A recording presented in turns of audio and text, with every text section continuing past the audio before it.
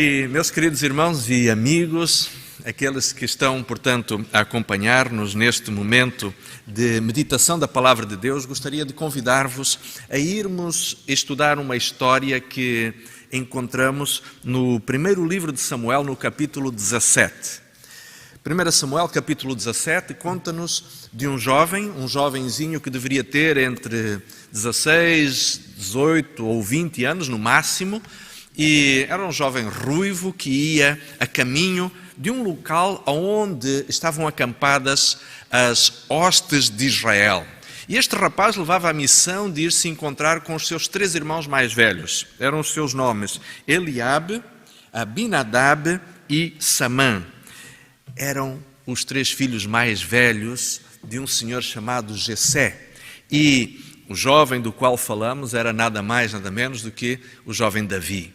E nesta história, que é uma narrativa épica da história da humanidade, que ao longo dos tempos tem sido contada e recontada geração após geração, onde nós com entusiasmo vemos alguém pequeno, alguém fraco, um improvável tornar-se vencedor sobre o forte, sobre o opressor, sobre aquele que aparentemente tinha todas as vantagens numa luta, num confronto absolutamente improvável.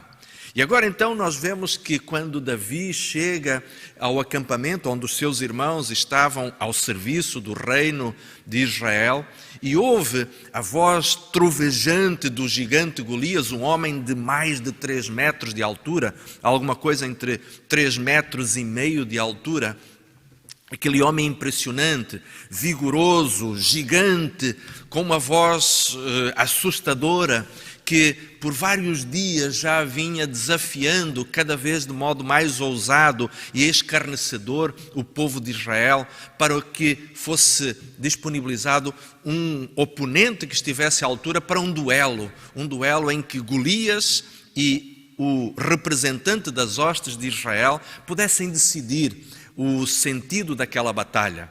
E quem fosse o vencedor daquele duelo, daquele encontro, haveria de determinar qual seria efetivamente o resultado daquela guerra. Se Golias vencesse, os filisteus tornar-se-iam senhores dos israelitas. Se o representante de Israel vencesse, os filisteus tornariam-se, portanto, seus servos.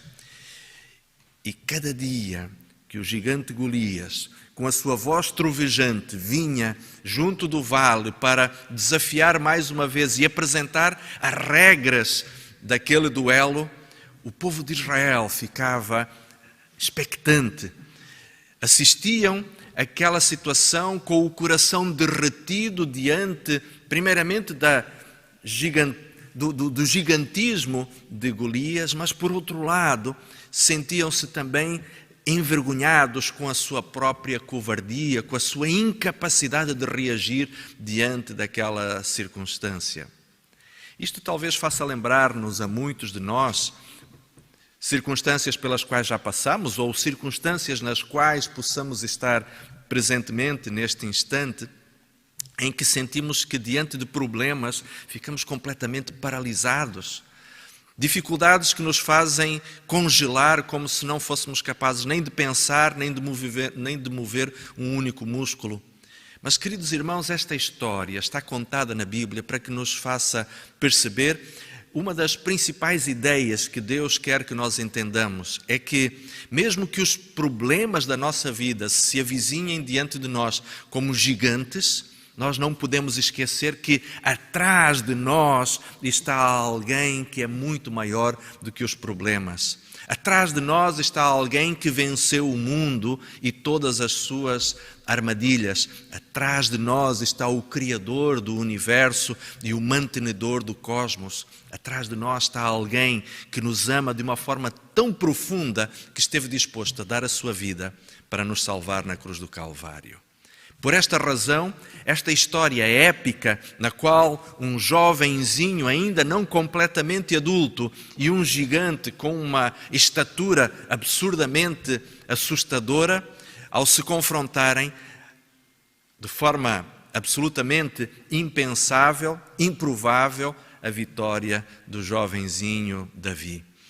Esta história pode parecer, diríamos assim, como se fosse uma daquelas poucas ocasiões em que nós torcemos para que o bem vença o mal, em que o fraco seja vitorioso sobre o mais forte, em que o oprimido vença o opressor.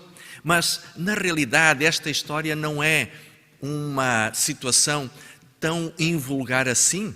Porque se nós pensarmos que o lado forte não é o lado da opressão, nem o lado do gigante, mas o lado forte é o lado do bem e não o lado do mal. O lado forte é o lado do Senhor e não o lado do inimigo. E por esta razão é que nós podemos encontrar um Davi que, embora fosse um adolescente ainda, mas ao ouvir as palavras desafiadoras e escarnecedoras de Golias, ele podia perguntar, mas quem é, afinal, este incircunciso que desafia, que escarnece do povo de Deus? E a Bíblia diz-nos, se nós continuarmos a ler, que a certa altura Eliabe, que era o irmão mais velho de Davi, fica enfurecido com o irmão e pergunta-lhe, nós vamos encontrar isto no verso 17, quando ele diz, mas afinal o que é que tu estás aqui a fazer? E interessantemente, Eliabe, ele revolta-se contra o seu irmão, fazendo quase como que se estivesse a descarregar sobre o seu irmão mais novo toda a fúria resultante da vergonha, do constrangimento que eles sentiam diante dos desafios que Golias apresentava. Mas nós conhecemos a história. Davi não se deixa intimidar pela forma como o seu irmão mais velho o repreendeu, e ele vai conversando com uns e com outros e vai dizendo que ele estaria na disposição efetivamente de ser o representante das hostes de Israel para lutar neste duelo mortal com o gigante Golias. E a verdade é que o rei Saul acaba por saber da situação e acaba por chamar à sua presença Davi. E Davi, então, para convencer o rei Saul, conta-lhe a história de dois episódios que tinham acontecido na sua vida, provavelmente recentemente, em que, em uma ocasião, um leão se tinha aproximado do seu rebanho e Davi tinha protegido o rebanho de forma eficaz, não só afastando o leão, como também matando-o. E depois, algo também semelhante acontece com um urso. Hoje, leões e ursos não são mais os animais que habitam a região da Palestina. Não existem mais ursos e leões naquela parte do Médio Oriente, mas nos tempos aos quais esta história se reporta, efetivamente estes animais faziam ali naquela região, portanto, o seu habitat, e não era raro que efetivamente estes animais pudessem atacar. A realidade é que, embora não fossem exatamente a imagem típica que nós temos de um leão africano ou de um urso pardo das regiões ali do norte da América, mas a verdade é que, de qualquer das formas, embora fossem espécimes adaptados àquela região, a verdade é que a Bíblia nos dá a entender que eram efetivamente animais poderosos, em que em qualquer encontro com o ser humano, um homem estaria em clara desvantagem diante da força e da agressividade destes animais. E agora é baseado justamente nesta narrativa que Davi faz a Saul, de que ele tinha a convicção de que o Senhor o tinha salvado tanto do leão quanto do urso, que Davi acaba por convencer Saul que ele poderia ser, sem dúvida, o representante de Israel neste duelo entre Golias e um representante de Israel. A armadura de Saul é trazida para que Davi a pudesse vestir. Só que nós sabemos que Davi logo se dá conta de que Saul era muito maior do que ele mesmo e que estas armas não estavam ajustadas, portanto, ao seu corpo.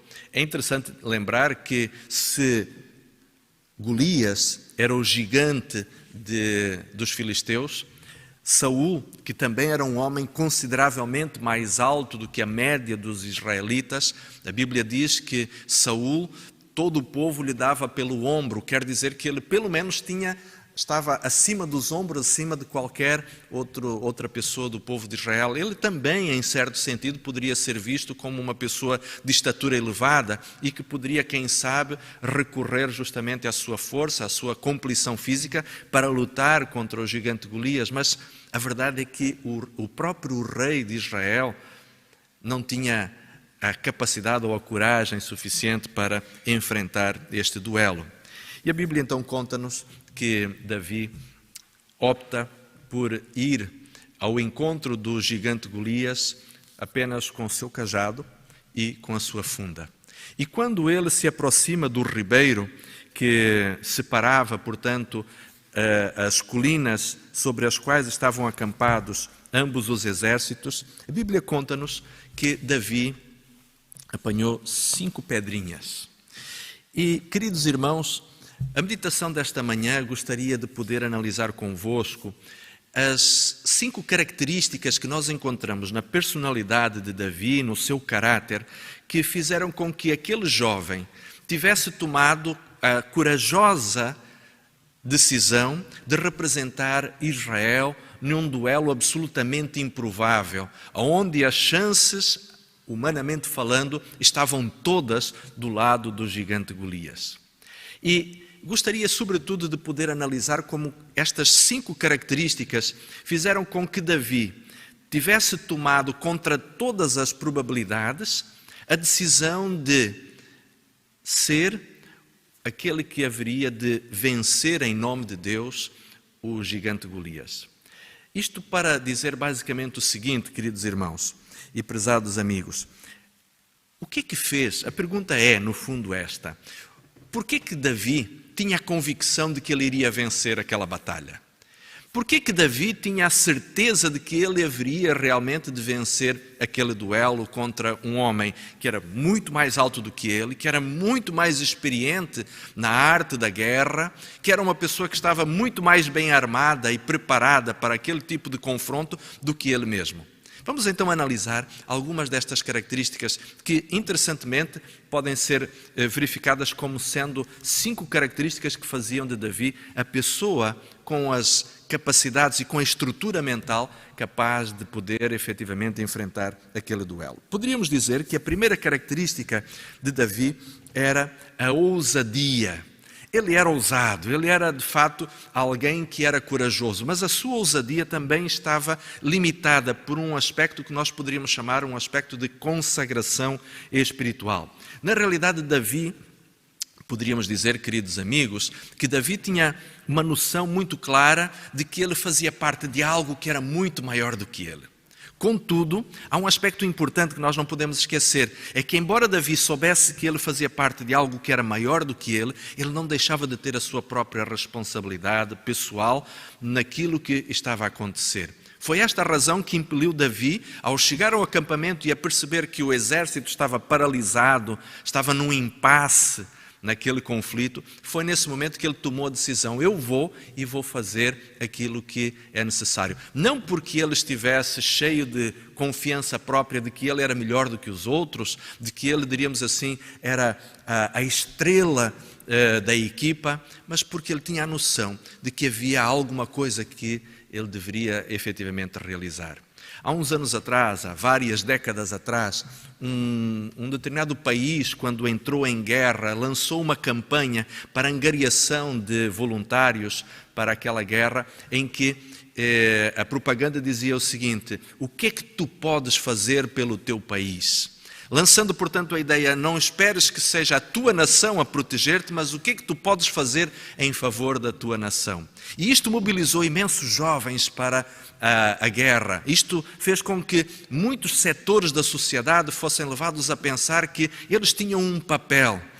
A noção de que nós fazemos parte de algo maior do que nós, mas que temos um papel significativo, ainda que pequeno, ainda que parcial, mas temos um papel neste projeto maior do que nós, é algo que pode ser profundamente catalisador, pode ser profundamente agregador de forças e de energias, fazendo surgir motivações onde às vezes nós não somos capazes efetivamente de encontrar. E a pergunta que Deus quer te fazer, querido irmão e prezado amigo, neste momento é: qual é a tua parte dentro do grande plano, do grande projeto no qual nós estamos inseridos. Qual é a tua parte, querido amigo, no projeto de levar almas a Cristo? Por quem é que tu lutas? Em nome de quem é que tu sais cada dia de casa? Sabem, muitas vezes nós somos levados a sentirmos-nos tristes e abatidos quando alguém fala mal de nós, quando alguém de alguma forma não nos demonstra respeito e atenção como nós gostaríamos. Ficamos magoados e susceptibilizados quando as pessoas dizem coisas que não nos agradam. Mas a grande pergunta é: será que nós ficamos muito tristes quando alguém mostra desrespeito para conosco, mas não ficamos proporcionalmente tão, chocados quando vemos uma injustiça ser cometida com alguém? Quando vemos um animal a ser maltratado? Quando vemos uma família a desfazer-se por conta de problemas emocionais e problemas familiares? Sabem, queridos amigos e prezados irmãos, a grande realidade é esta. Muitas vezes nós estamos mais preocupados com o nosso próprio umbigo do que com aqueles que estão ao nosso redor. E esquecemos que existem causas maiores do que nós mesmos. Davi é um bom exemplo disto. Ele mostra-nos como alguém era capaz de pensar em si como alguém que podia fazer a diferença. Poderia fazer a diferença num projeto muito maior do que ele mesmo. Mas há um segundo aspecto que gostaria de poder analisar aqui em relação ao que foi a atitude de Davi nesta situação e que era também uma característica que o acabou por distinguir ao longo de toda a sua vida. Ele tinha um foco, ele tinha uma visão ajustada à questão. Naquele momento havia um problema. Havia alguém que estava a ofender Deus e a desmoralizar o povo de Israel. E esta situação tinha que ser resolvida. É interessante que todos os outros soldados que ali estavam naquele acampamento estavam preocupados com quem é que deveria ir lutar com o gigante Golias. Mas Davi olhava para a frente do problema. Ele não estava preocupado com quem iria lutar com o gigante Golias, mas sim quando e em que circunstâncias é que o nome de Deus haveria de ser vindicado e o povo de Deus haveria de ser liberto daquela humilhação. Reparem uma coisa muito interessante, queridos amigos, é que nos momentos de dificuldade, nos momentos de problemas da vida, existem duas possibilidades. Nós podemos nos concentrar na solução do problema ou podemos nos concentrar em tentar encontrar os culpados. Muitas vezes, o que acontece é que as pessoas, por vezes, são levadas a pensarem quem é o culpado, quando talvez o mais adequado seja pensar em qual é a solução. Pensamos nós em pedir o poder de Deus ou atirar pedras àqueles que julgamos serem responsáveis pelas circunstâncias que estamos a viver. É mais fácil pedirmos a Deus que nos dê força e ousadia, coragem para fazermos o que é certo, ou estarmos a lamentar-nos porque o Estado não está a agir da forma que deveria, ou estarmos a culpabilizar a situação de pandemia, os problemas sociais. Isto é interessante, a visão de Davi fazia com que ele fosse capaz, efetivamente, de colocar o seu foco, a sua visão, onde estava efetivamente a solução do problema. Eu gostaria de convidar, querido irmão e amigo, a lermos um texto que Davi escreveu vários anos mais tarde e que de alguma forma sintetiza esta mesma ideia daquilo que era de fato a sua capacidade de ver, como enxergar as coisas na perspectiva certa. Davi escreveu o Salmo 121 e nós vamos ler o verso 1, que são palavras muito conhecidas de todos nós.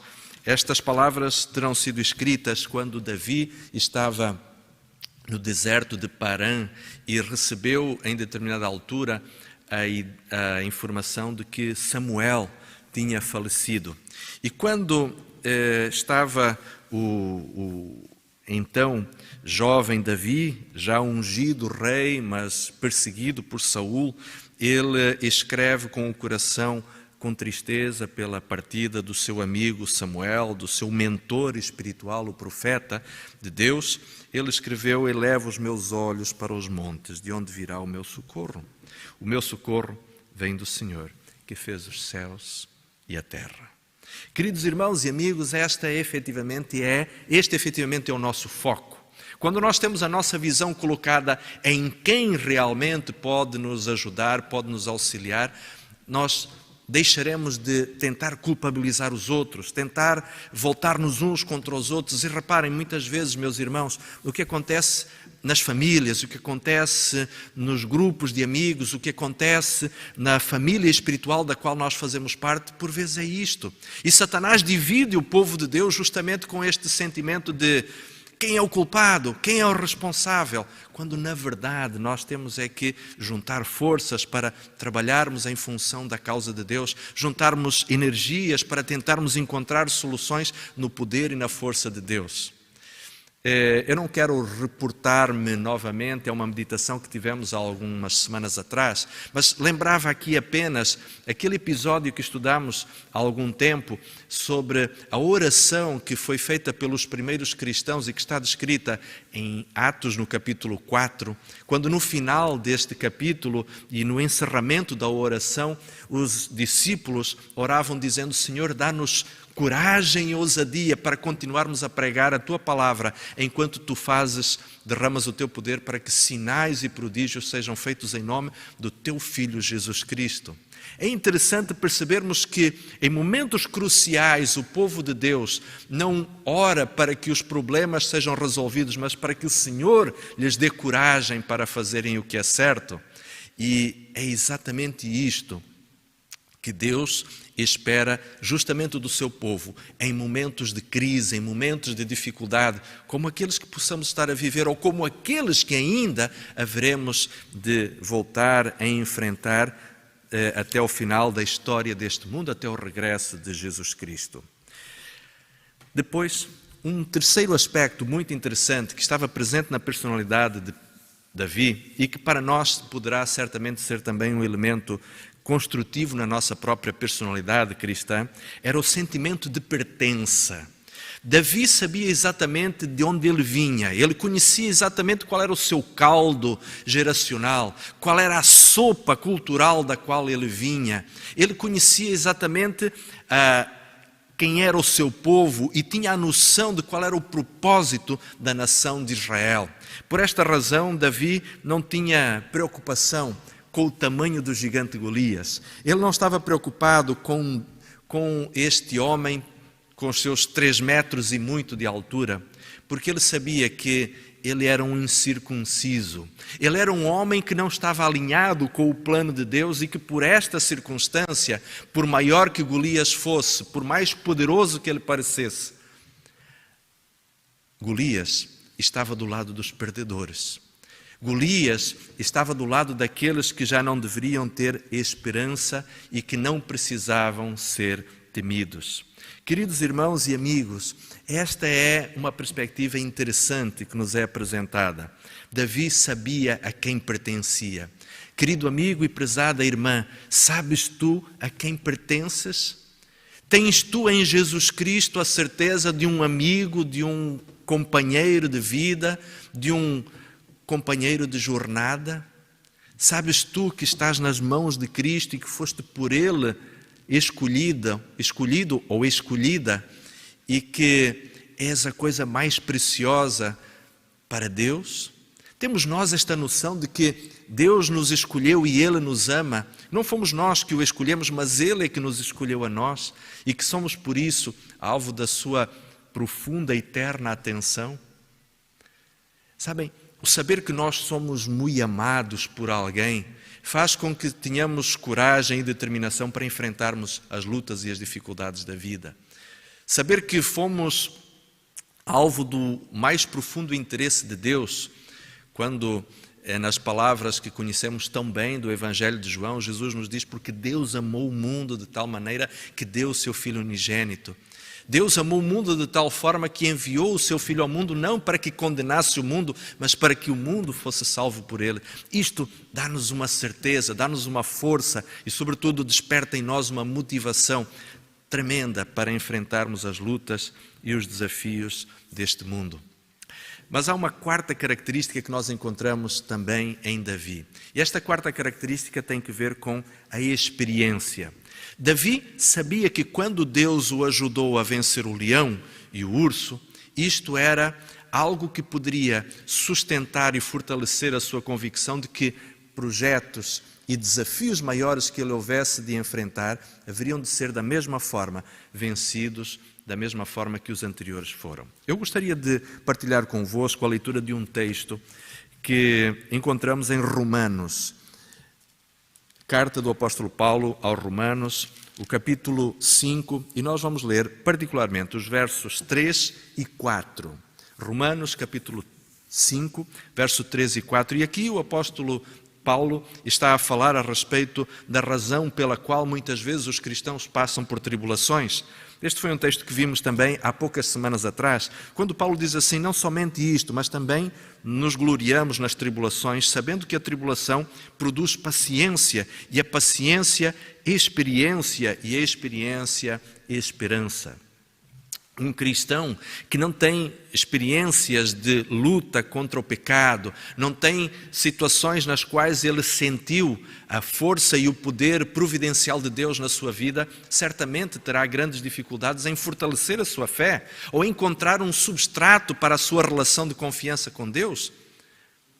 Não estou a dizer que um cristão sofre porque Deus, enfim, de alguma forma está ali a trabalhar masoquisticamente um conjunto de experiências. Deus não é alguém que está a trabalhar de forma sádica com alguém, fazendo sofrer, fazendo amargurar situações difíceis, mas a realidade é que quando, como cristãos, nós sabemos o que Deus já fez por nós no passado, não precisamos ter medo em relação aos desafios do futuro, porque temos a convicção, temos a experiência de que Deus nos ajudou no passado. Davi sabia que Deus o iria ajudar naquele momento, porque ele sentia que tinha sido providencialmente protegido pelo Senhor quando o leão e o urso apareceram. É interessante percebermos aqui um outro aspecto interessante ainda, é que Davi poderia dizer, não, fui eu que venci o urso, fui eu que venci o leão. Mas embora ele fosse muito hábil no uso da funda, embora ele provavelmente tivesse uma boa técnica para usar o cajado em defesa pessoal, mas a verdade é que ele sabia que atrás de si, das suas habilidades e da sua agilidade física, estava também a providência divina. E nesta ele confiava muito mais do que na sua pontaria ou do que na sua agilidade com o uso do cajado, com a vara com que ele, por vezes, se defendia. E isto é surpreendente porque vai dar a Davi uma capacidade de confiança e uma fundamentação para a sua coragem, para a sua ousadia, que era, de fato, a essência, a base da atitude que este jovem acabou por demonstrar. Sabem, meus queridos irmãos, uma das capacidades que nós encontramos nos grandes homens da Bíblia é exatamente esta, a de confiar em Deus quando todas as circunstâncias, humanamente falando, são contrárias àquilo que se espera de quem está ao serviço de Deus. Encontramos isto na história de Davi, encontramos isto na história de Josafá, quando diante de circunstâncias desafiadoras, quando vê um exército poderoso aproximar-se de Jerusalém, ele invoca o povo de Israel a uma confiança no Senhor e nas orientações proféticas. Encontramos isto na vida de Elias, o grande profeta, homem ousado de coragem que foi capaz de enfrentar uma enormidade de obstáculos para levar o povo de Israel a compreender o Deus a quem eles deviam servir. Encontramos isto na vida de Josué e Caleb, encontramos isto na vida de tantos outros que foram capazes de, em momentos cruciais, confiar, crer que Deus haveria de fazer cumprir a sua vontade e que, se Deus, na sua misericórdia, estivesse disponível para os usar como instrumentos naquela circunstância, pois de bom grado eles se permitiriam ser usados por Deus. Querido irmão e prezado amigo, no teu trabalho, na tua escola, no teu lar, no teu bairro, na tua vizinhança, estás tu disposto a ser usado por Deus? Estás tu disposto a deixar que os outros vejam em ti um homem, uma mulher, um jovem, um rapaz, uma moça que são capazes de confiar em Deus, de permitir que a vontade de Deus se cumpra na tua vida? Ou estás tu a sucumbir às expectativas dos outros, às agendas das outras pessoas? Estás tu disponível para seguir a vontade de Deus? Ou deixar que sejam as opiniões das outras pessoas a impor sobre ti um modo de viver, o modo de ser, os valores? Isto, queridos amigos, leva-nos ao quinto aspecto da personalidade de Davi, das características emocionais com que Davi abordou esta circunstância e fez com que ele tivesse tido a capacidade de marcar a história com esta monumental e épica história sobre a qual hoje nós estamos a meditar, que foi a capacidade de Davi de mostrar a sua individualidade. Reparem que há uma diferença entre ser individualista e respeitar a sua individualidade. Respeitar a individualidade é nós reconhecermos que a armadura de Saul não nos serve, nós reconhecermos que os parâmetros do mundo não nos convêm, nós reconhecermos que os valores que a sociedade defende não são os valores corretos, nem aqueles que Deus aceita, nem aqueles nos quais nós nos revemos. Individualismo é sermos capazes, ou individualidade é sermos capazes de sermos coerentes conosco mesmos. Percebermos que a armadura do rei Saul é muito maior do que nós. Não nos encaixarmos naquilo que os outros esperam de nós mesmos. Individualismo ou individualidade é sermos capazes de pensar fora do convencional e confiarmos em Deus.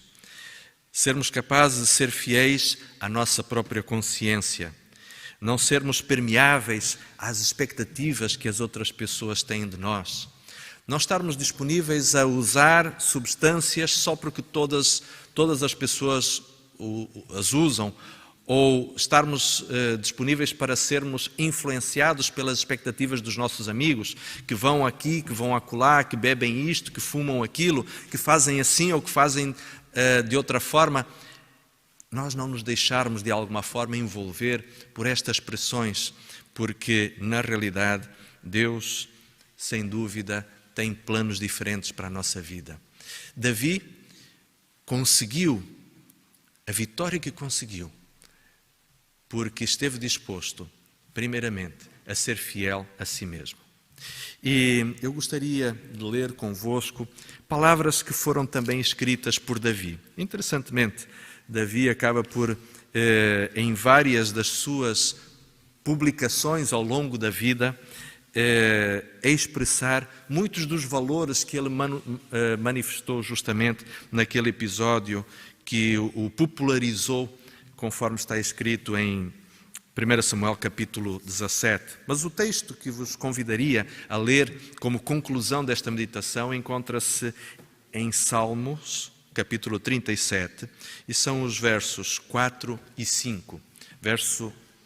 Salmos, capítulo 37, versos 4 e 5. E Davi dizia, já idoso, já velhote, ele dizia assim: deleita-te também no Senhor, e Ele te concederá o que deseja o teu coração. Entrega o teu caminho ao Senhor, confia nele, e Ele tudo fará. Neste momento, querido amigo, talvez você esteja a olhar e a dizer, ok, ideias interessantes estas. De fato, Davi era um indivíduo dotado com um conjunto de características emocionais e psicológicas fabulosas. Mas eu não sou assim. Eu sou fraco, eu sou medrosa, eu tenho receio da opinião das outras pessoas, eu sucumbo diante das pressões dos outros, eu nem sei bem a quem é que eu pertenço, às vezes eu gosto de ir à igreja, mas nem sempre eu me sinto parte da igreja, outras vezes eu não tenho uma experiência com Deus que seja assim tão significativa. E talvez alguém neste momento que nos esteja a assistir diga: ok, estas características em Davi fazem todo o sentido porque ele tinha o ADN de um herói, mas eu não sou assim. Mas repare, querido irmão e prezado amigo, o que este texto que acabamos de ler nos ensina. Você pode não ter as características de um herói, mas você pode querer sê-lo, e isto é muito mais importante do que ter, porque querer é, diríamos assim, mais importante do que possuir.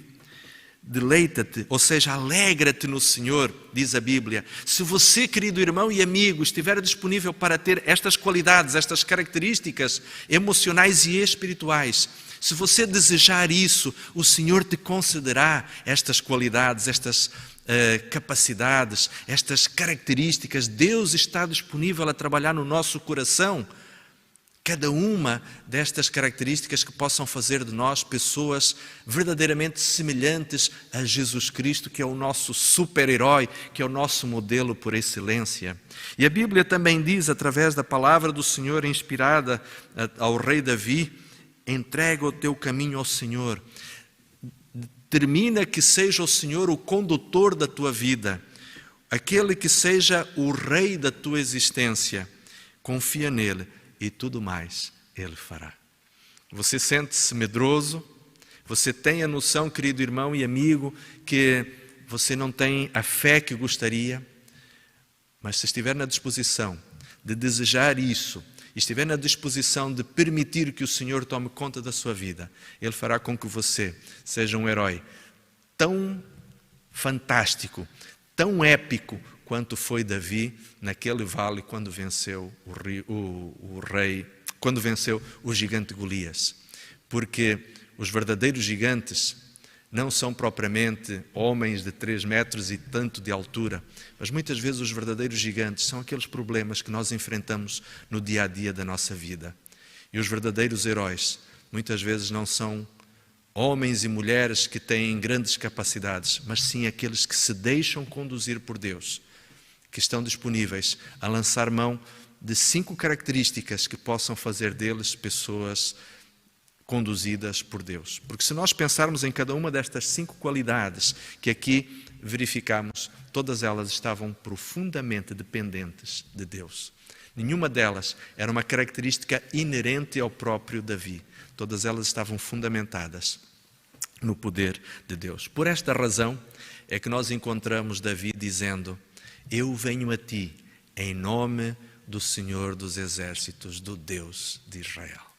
E querido irmão e prezado amigo, que esta seja a sua experiência também. Quando você enfrentar as lutas no seu trabalho, quando você enfrentar as lutas na sua carreira profissional ou estudantil, quando tu, querido irmão ou querida amiga, estiveres a enfrentar as lutas da tua vida pessoal, lembra-te de que atrás de ti está alguém que é muito maior do que os teus problemas. E é no poder deste Deus que tu vens para enfrentar os gigantes da tua vida. Não te esqueças disso, porque o Senhor será contigo. Será Ele quem vai te proteger, te dirigir e te abençoar. Esta é a oração que faço em favor de todos nós. E esta é a mensagem que o Senhor quer que cada um dos seus filhos possa entender. Amém.